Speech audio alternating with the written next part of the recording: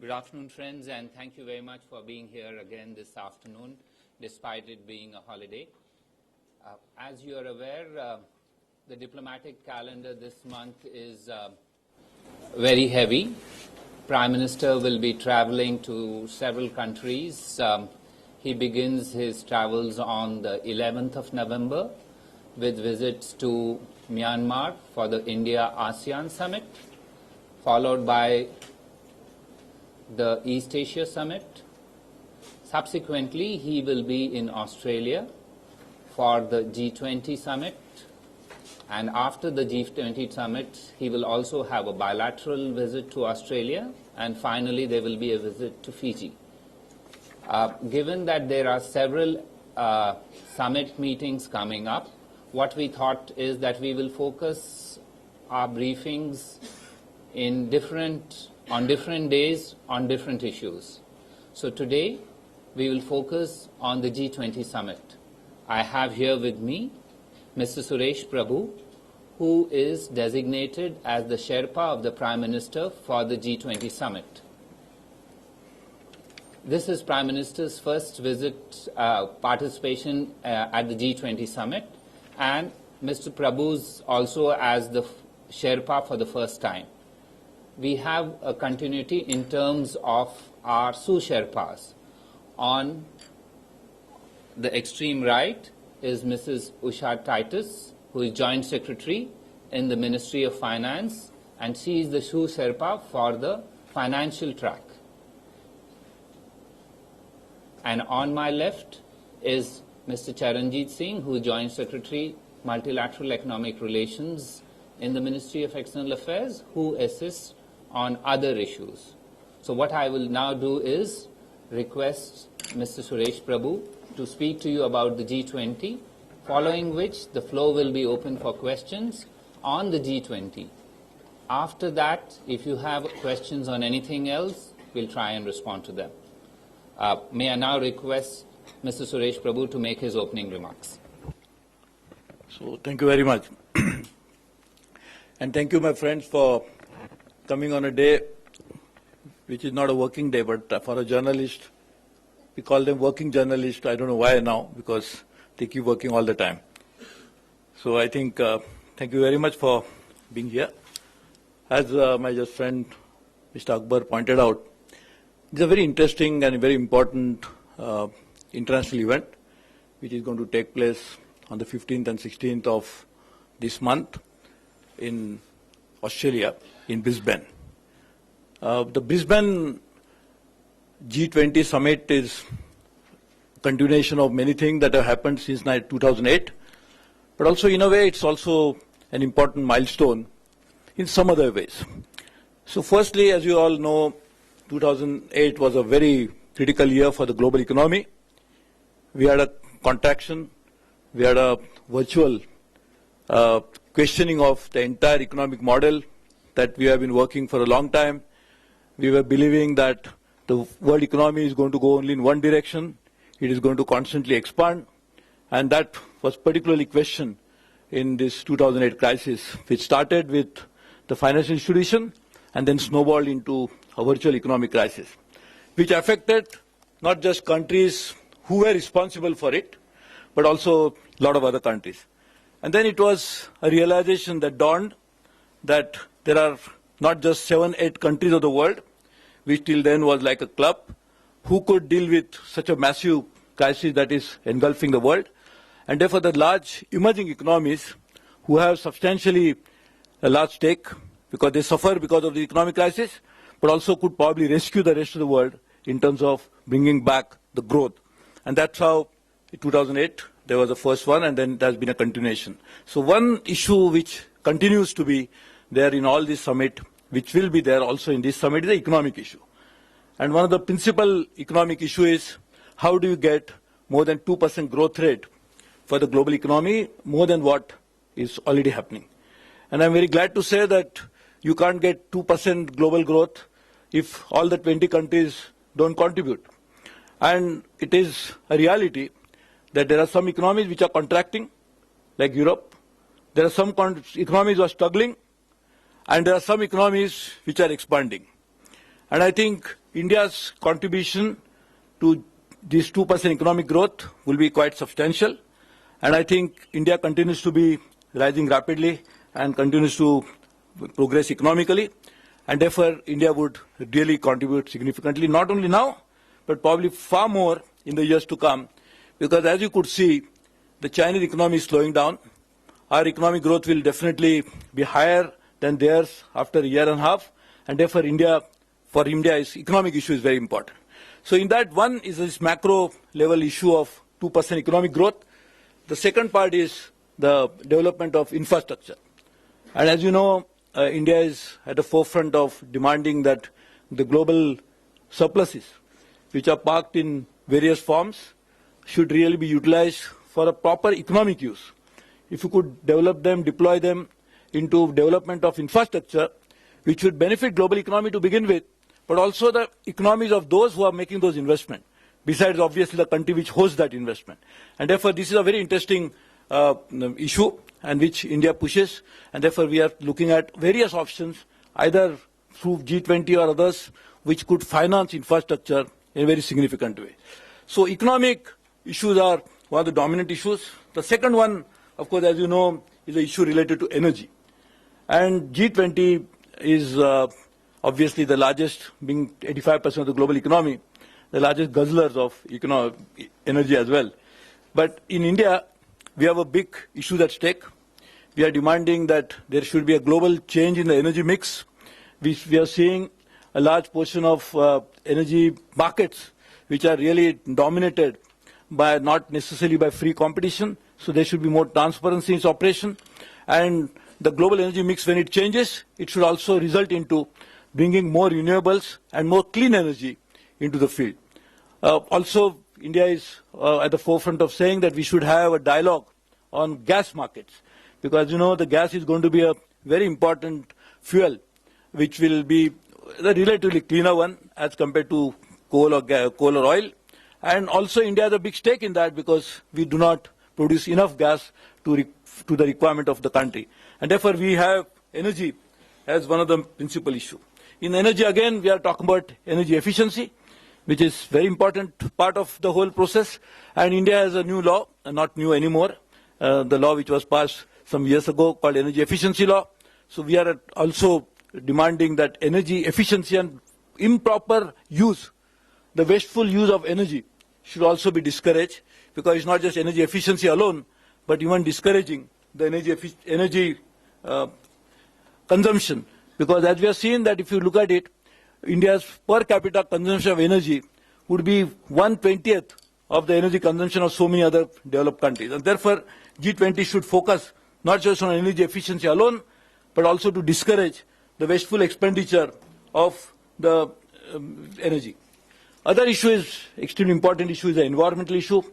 India has been demanding that we want a strong action on climate change in the form that the UNFCCC, the United Nations Framework Convention on Climate Change, which talks about a very important principle, that is common but differentiated responsibilities, and the negotiations must take place, conclude faster, sooner, under the aegis of this particular principle, which is an extremely important issue that we really want to work on that.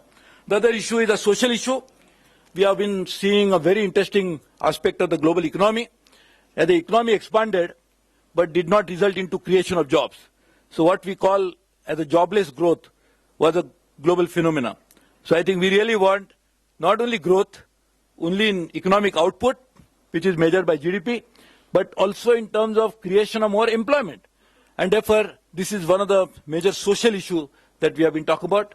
Also the outbreak of Ebola, which happened in West Africa maybe, but the rest of the world is also affected.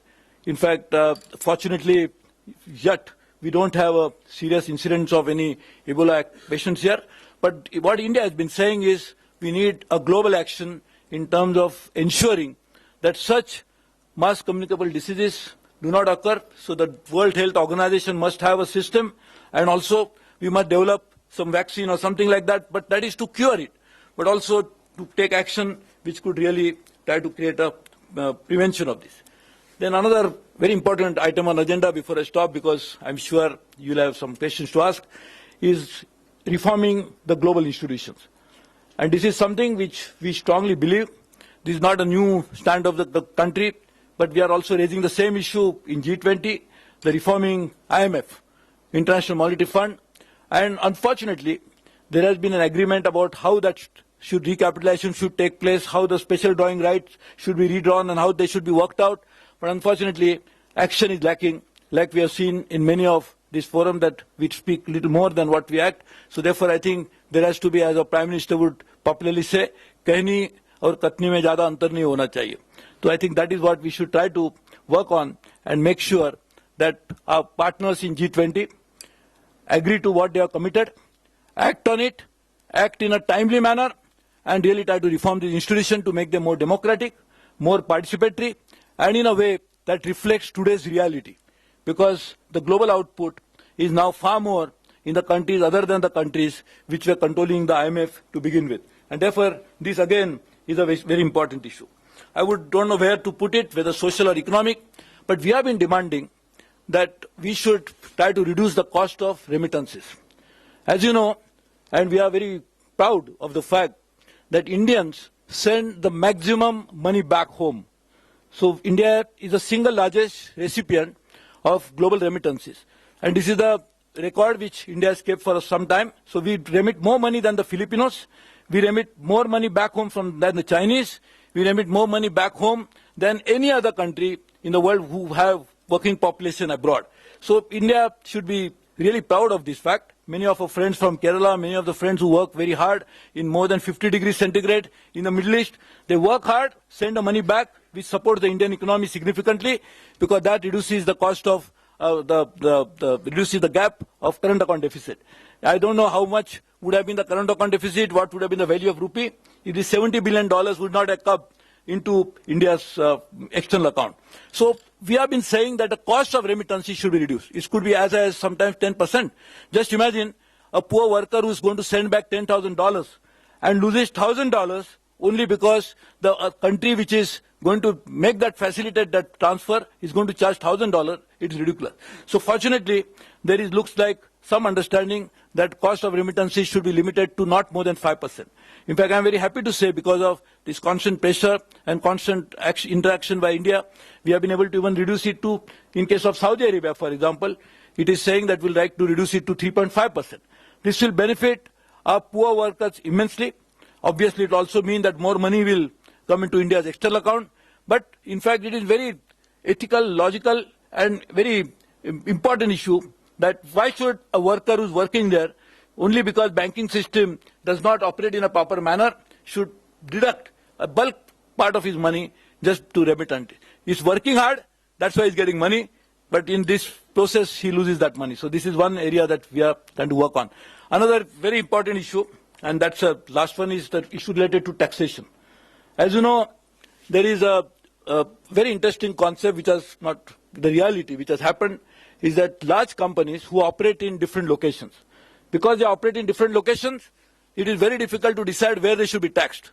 We had a concept always accepted that residence of a company or an individual should be the place where he should be taxed. But now, where he operates from is not necessarily where his activities are there. His headquarters may be located in USA, but he operates in multiple locations. So therefore, the base erosion and profit shifting, as it popularly called, which results into profit not being taxed in a place where the substantial activities are carried out. And therefore, that area is something India is putting forward the viewpoint. We have circulated a paper. And the other related issue, not really related but little bit, is that there is going to be now a new regime which hopefully could come into play in the next few years' time, which would mean automatic sharing of information. Today, as you know, the tax evasion, tax dodging happens because people hide certain assets, certain incomes outside of the tax charging authorities' ambit.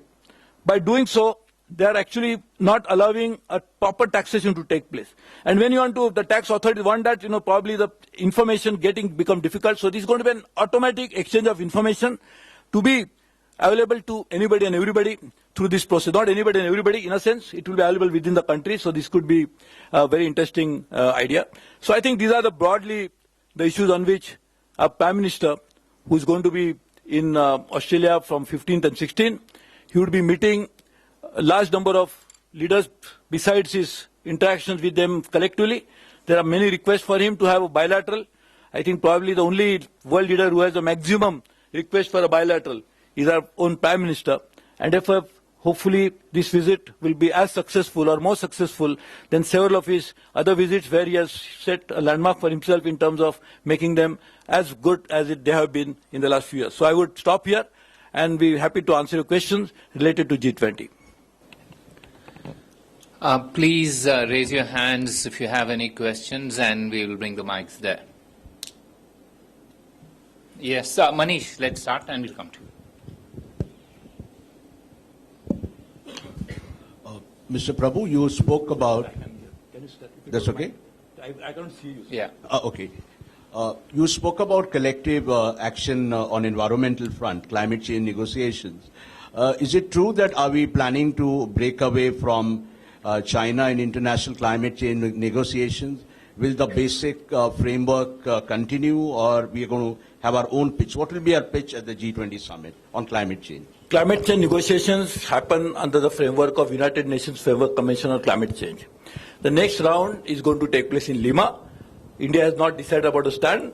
When India decides the stand, the Minister of Environment and Forest, Mr. Prakash Javadekar, will let you know about it.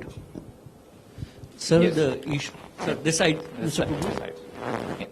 Sir, the issue of proper taxation, which you talked about, which in general sense we call it black money in circulation on international front, should we be putting some framework before world leaders to agree on? Yeah, this is exactly the framework. What you are mentioning is absolutely right. You know, basically, if you have a proper database, a proper information platform on which you maintain a systemic information creation, and that is what will happen through what is called as automatic information sharing. So this is what exactly the issue that will prevent future generation, and in fact we'll be able to look at several of the transactions which are cross-country, transnational transactions, and could be looked into in proper manner. Yes. Good afternoon, Douglas Busvine from Reuters. I was interested by your comments regarding remittances, and I wanted to ask, as part of the trip more broadly, and of the Prime Minister's outreach to the diaspora community in Australia, you know, how important is it to him to tie in the diaspora community, not just in terms of remittances, but in finding ways to, if you like, come home, help the Indian economy through boosting trade and business ties? Thank you. Yeah. We'll have a separate briefing. You know, as you know, India is at a strong believer that we really need a proper trade facilitation agreement globally, and therefore India has been one of the, as I've been always saying, India is the founder of the GATT, the General Agreement of Trade and Tariff, which is the body which then finally got converted into WTO. So if India was not a believer in that, India wouldn't have been a member of that from the very beginning. And consistently, India has been participating in these trade negotiations, agreements, and has been a facilitator, not just trade facilitator, but even the facilitator of concluding agreements. So therefore, in Doha, in the Doha round, in Bali, it was decided that food security, public stockholding issues will also be dealt with along with the trade facilitation agreement. So I'm sure the world community will work on those issues so that we could conclude this agreement faster. Yeah. I get your point. On your question about the involvement of the diaspora, let me tell you that we will have a separate briefing for the Australian part of it. And that's when that will be an element. Today we are focusing only on the G20, and we will come to those elements in a separate briefing. We don't want to overload you with information, so please bear with us for a few days. Suhasini?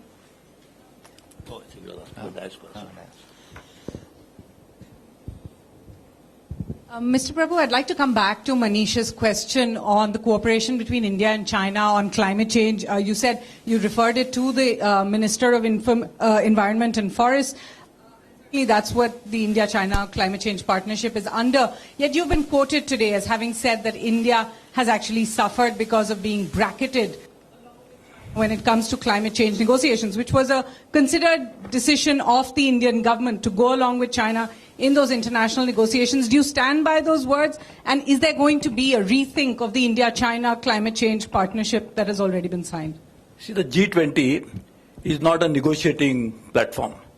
G20 is it's a group which talks and discusses the issues. So what we are saying in G20 about climate change is that two issues. One, all future negotiations must be concluded as fast as possible under the aegis of United Nations Framework Convention on Climate Change, which has a very important component, which is common but differentiated responsibility. This is one part. The second part we are saying that in G20 is that adaptation to climate change should be a priority. As I said earlier, which I repeat again, that climate change negotiations will not happen in G20 platform at all. They will happen under the specialized institution, which is United Nations Framework Convention on Climate Change, which is going to meet in February in Lima. They will discuss that. Yes. Hello. Yes. Yes. Good afternoon. From F Spanish News Agency, will be in Australia a bilateral meeting between Mr. Modi and the Spanish President, Mr. Rajoy? Let me tell you, as has just been told, we have several requests for bilateral meetings. But finalizing the schedule of bilateral meetings is a factor of availability of schedules and matching of schedules of the leaders. It is the Prime Minister's intention to meet as many leaders as possible. So the focus is on those leaders who he has not been able to meet previously during his Prime Ministership so far. Amongst those leaders is also the Spanish Prime Minister. As of yet, we have not finalized the schedule of bilateral meetings because, as you are aware, bilateral meetings can only be scheduled when both the Prime Ministers are free or both the leaders are free. So we are working on this, but let me assure you that the Prime Minister intends to meet all leaders in some capacity or the other, because there are elements in the program where only the leaders will be present. There are elements in the program where the leaders will be assisted just by one person, etc. So it is our intention that the Prime Minister meets as many leaders as possible, and it is the intention that he meets virtually all those leaders who are present in some capacity or the other, because they would be together for a day and a half. So, but if you would like structured bilateral discussions, that schedule is being worked on as yet. Anyone else? Yes. Gautam? Sir, Mr. Prabhu, just coming back to the automatic sharing of information on the taxes. You know, India has signed already the DTA agreement with the many countries where there is a problem now being talked about the confidentiality clause. Whether in this forum, whether India will be raising this issue of confidentiality, whether it can be removed bilaterally or multilateral. You know, this is what exactly is a new platform, new regime in which common automatic information sharing will happen in a way that does not necessarily, you know, this is common reporting standards. So this is something in which if you maintain, like, you know, when you remember, we used to have a different accounting years, for example, many, many years. So then we brought it to a 31st March. So there's a uniformity in this. Then there's a uniformity of accounting standards which are accepted globally. So the same way, there is going to be an automatic reporting of information based on certain reporting standards which are common to all. So you'll report information in a same platform as everybody else will do it.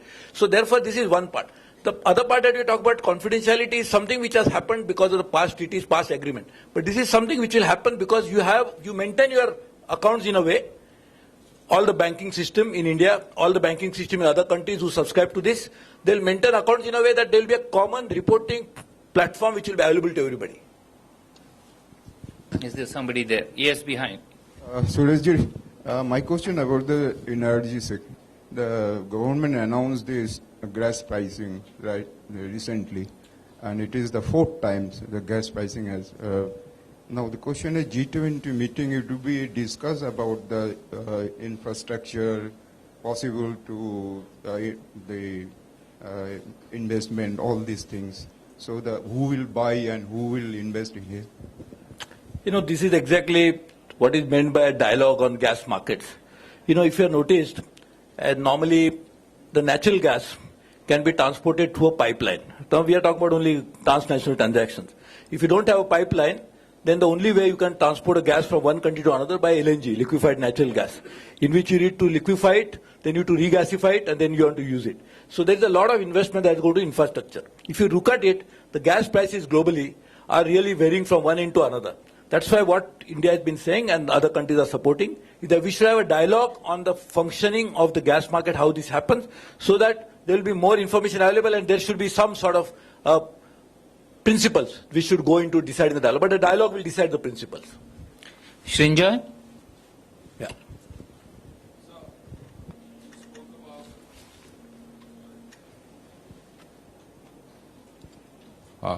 So you spoke about confidentiality in the time of automatic transfer of information. Now, if transfer of information is there, how can you disclose it then? Will it be possible to disclose the information? So, these are the type of issues which will be operational in 2017. India has been at the forefront of saying this. There has to be a proper protocol which will be put in place. And this protocol, of course, has to be decided between the countries as well. But this is a great improvement over a system wherein now there will be an automatic sharing of information based on common reporting platform. That is very important. Anyone else? Yes, Sandeep. So my issue is a little different. It's slightly political. Yeah, sure. Just hold on. If there's anybody else on this, and then we come back to that. There's no problem. If there's no one else, yes, Sandeep, you can ask. Yeah. Mr. Prabhu, when you go to G20, would you go as a minister of this government? Because there is a lot of talk that you are being inducted in the cabinet that is going to happen very soon. And would it be from the same party that you previously represented? If you feel like, and if you all agree, we can put this as a point of agenda for the G20's consideration. Okay, last question. Yeah, last two questions. Yes, sir. So, Vaidyanathan from Indian Express.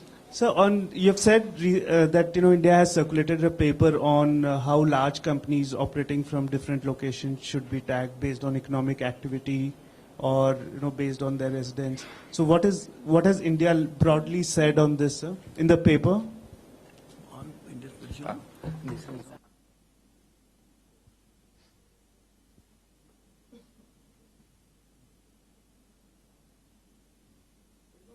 Actually, they're very interesting idea. In fact, it's not that anybody has formed other views.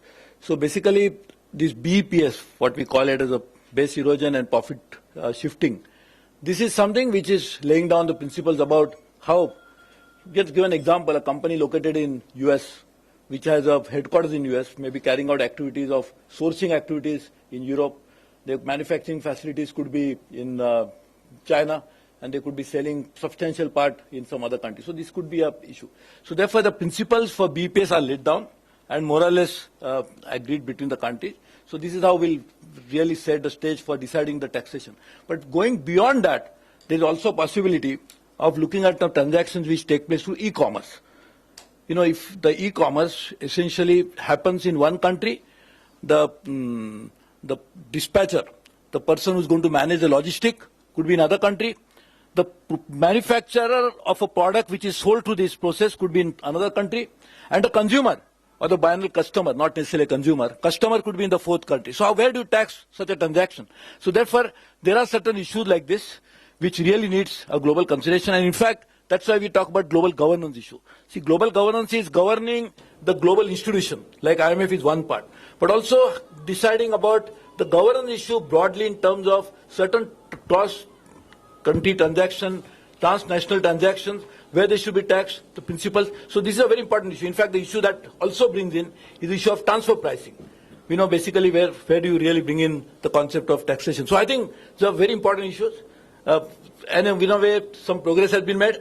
But I would say even lot more needs to be done also, and that will happen through the process of consultation like this. Yes, sir.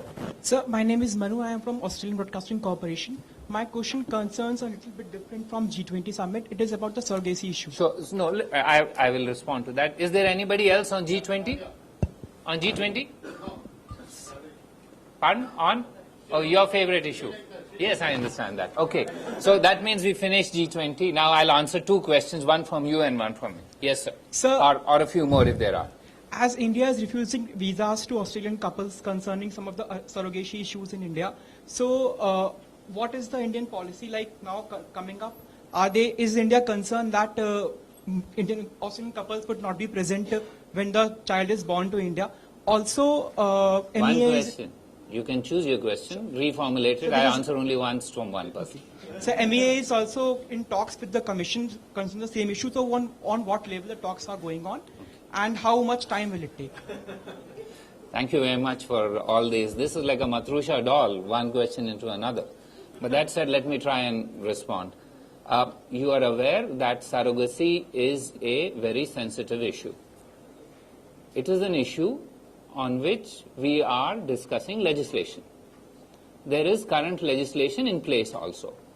Now, our view is that anybody who applies for visas under the present system requires to fulfill all the criteria for being granted a visa. If in a certain country the laws do not permit them to fulfill that criteria, obviously visas cannot be issued for people who are not willing or not yet ready to fulfill the criteria that exist today. And therefore, coming back to your question, is that if there are any applicants in Australia who are unable to fulfill the requirements of our visa regime for surrogacy purposes, obviously they will not be able to be granted a visa. And our requirements are clearly stipulated on our websites of all our consulates and all our embassies and high commissions. So I understand that in Australia this is one such issue. The ball therefore lies in the court of the country from which those nationals hail and would require to come and have surrogate children in India. This is still an interim and a transitory phase, as you are aware, because there is legislation which is being considered, and it is best to wait for the outcome of that. Until that, the law of the land will prevail. Yes, sir. Thank you, sir. The Sri Lankan minister made allegation against our Defence Force IPKF. What is the government of India's reactions?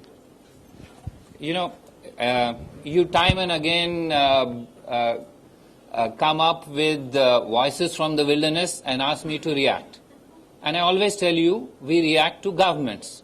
If people if I start reacting to every view of every person in all parts of the world, there is no way I can. Let me finish, sir. Let me finish, sir. Please give me the opportunity to finish. I will answer your question. Let me finish.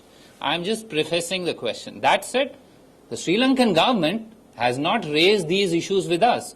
We deal with the Sri Lankan government. As governments, we deal with the Sri Lankan government. Our High Commissioner is in touch virtually on a day-to-day basis or more than once with the Sri Lankan government. If they haven't raised this issue with us, we will not respond to issues from voices in the wilderness. Because those, I have said this before in other instances, let me repeat it in this instance, that voices from the wilderness will try and occupy your mind space and your space. As far as us, we are governments, we will respond and respond clearly and lucidly to governments. The moment the Sri Lankan government raises issues, we will respond to them and we will make it clear to you. So the answer to that question is, the Sri Lankan government has not raised these issues. These are issues we consider to be from voices from the wilderness. We will not respond to voices from the wilderness. How do you take a minister representing the government of Sri Lanka making such a dirty remark, and you say this? I think I always tell you I answer once. I've answered you once. Yes, sir. Sir, the relationship between India and Israel were standstill for some time earlier, but now it seems there is some warmth. So what is the new change between India and Israel as Home Minister Rajnath Singh is there in Tel Aviv just now? Our relationship with Israel has always been warm. Our relationship with Israel is a relationship which is not hidden or anything. It is not based on our relationship with others. We have candidly and openly said we have a very vibrant and robust relationship with Israel. That relationship does not anyway impinge on our traditional position on Palestine, on our approach to other aspects of this issue. So, let me make it very clear, we have had very good relations with Israel, while also having relations of robust relations with others. So please do not, yes, the Home Minister is traveling to Israel, and you are aware that both the Prime Minister as well as the External Affairs Minister had met their counterparts in New York. So that is reflective of our good relations. Yes, Elizabeth?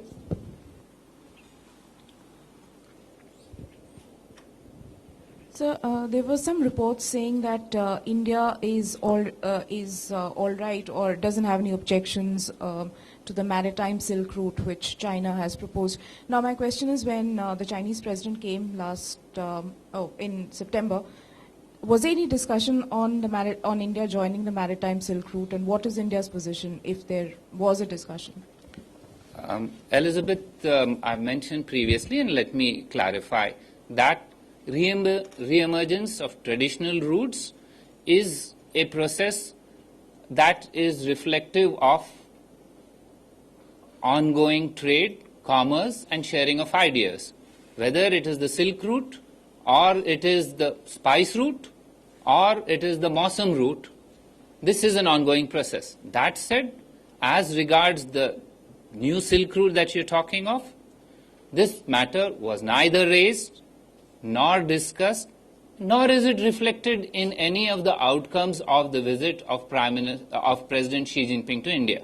I hope that clarifies that this was neither raised nor discussed, nor is it reflected in any of the outcome documents available publicly on the visit of President Xi Jinping to India. Yes, the last question. Thank you, sir. This is Venkatesh from Dinamani Tamil Daily against Sri Lankan refugees. There's 157 refugees, those who escaped from India, and they were caught in Australia. And actually, as a humanitarian ground, what is our position to rescue them or to bring back them? So far, our position has not been taken. Well, let me clarify the position for you again. We made it clear, but we will clarify it once again. India does not support illegal migration from India or illegal migration to India, number one.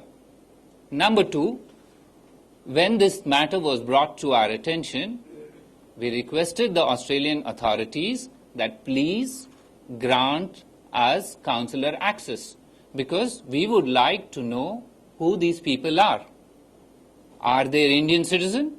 We have no problem in accepting Indian citizens back. However, if they are not Indian citizens, then they can only be sent in accordance with relevant international legal obligations.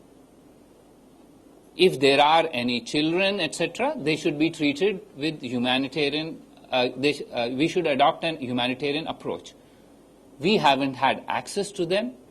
Our understanding is that they are currently in a Pacific island under a process that Australia has worked it out.